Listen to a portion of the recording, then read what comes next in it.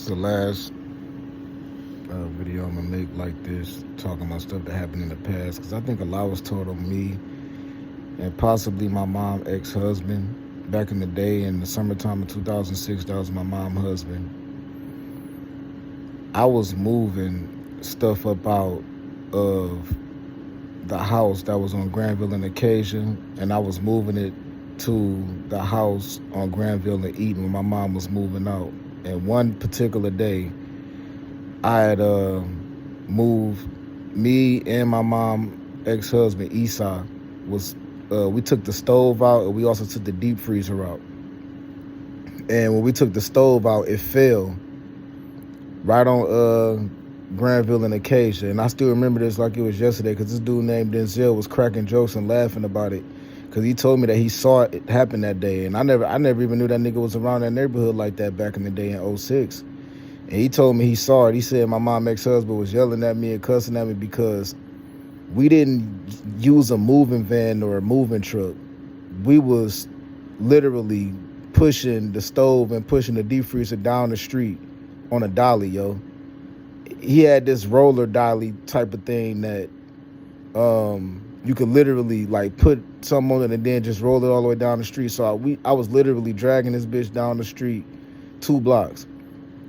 And when I was pushing the stove, it fell and the glass broke. The front door of the stove, the oven door, it broke, and all the glass had flew, like just broke everywhere. And I had to pick the stove back up and put it on the dolly and pushed it down the street 2 blocks. It was also this dude named Dayton that stayed between Linden and Acacia on Granville. He was cracking up. That nigga was laughing. He had walked with me down Piedmont, because I remember walking down Piedmont because I didn't want to walk past like the other the people that was around my age. You know what I'm saying? This when I was 16, and I didn't want them to be laughing and shit. So I had walked down Piedmont with the stove, and then I came back and pushed the deep freezer all the way down 2 blocks also.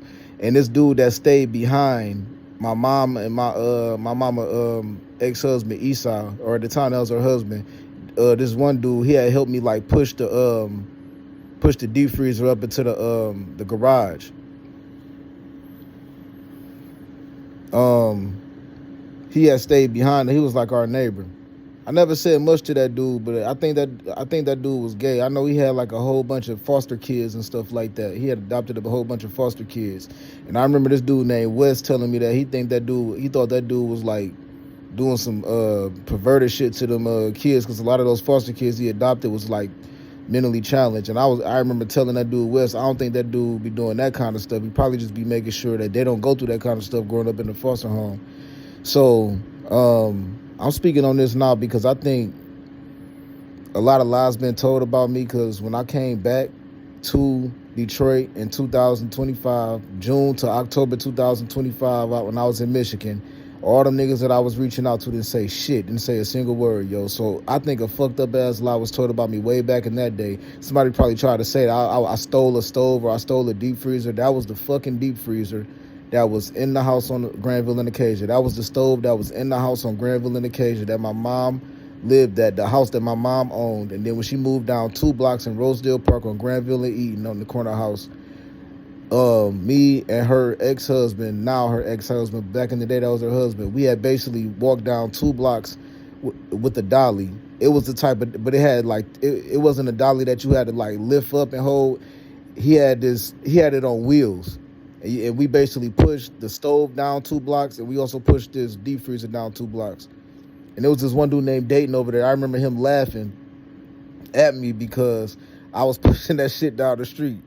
So I'm just speaking on this shit now. It's a lot of fucked up shit that got me aggravated as fuck. But for a long time, a lot of niggas in my old neighborhood been reaching out to people, talking shit, hiding from me, blocking my phone away, and still just making up more lies on top of more lies, yo. This shit been ongoing. Because what they trying to get people to say is, well, if that's a lie, what else a lie? So if they can make me look like I lied about one thing, they'll try to throw 1,001 lies on way more shit. You know what I'm saying?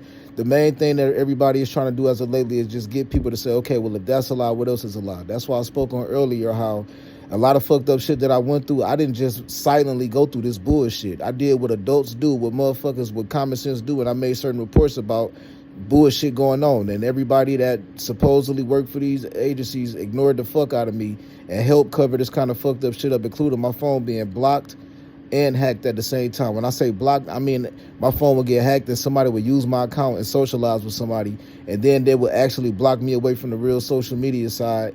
So with that being stated, I just tried to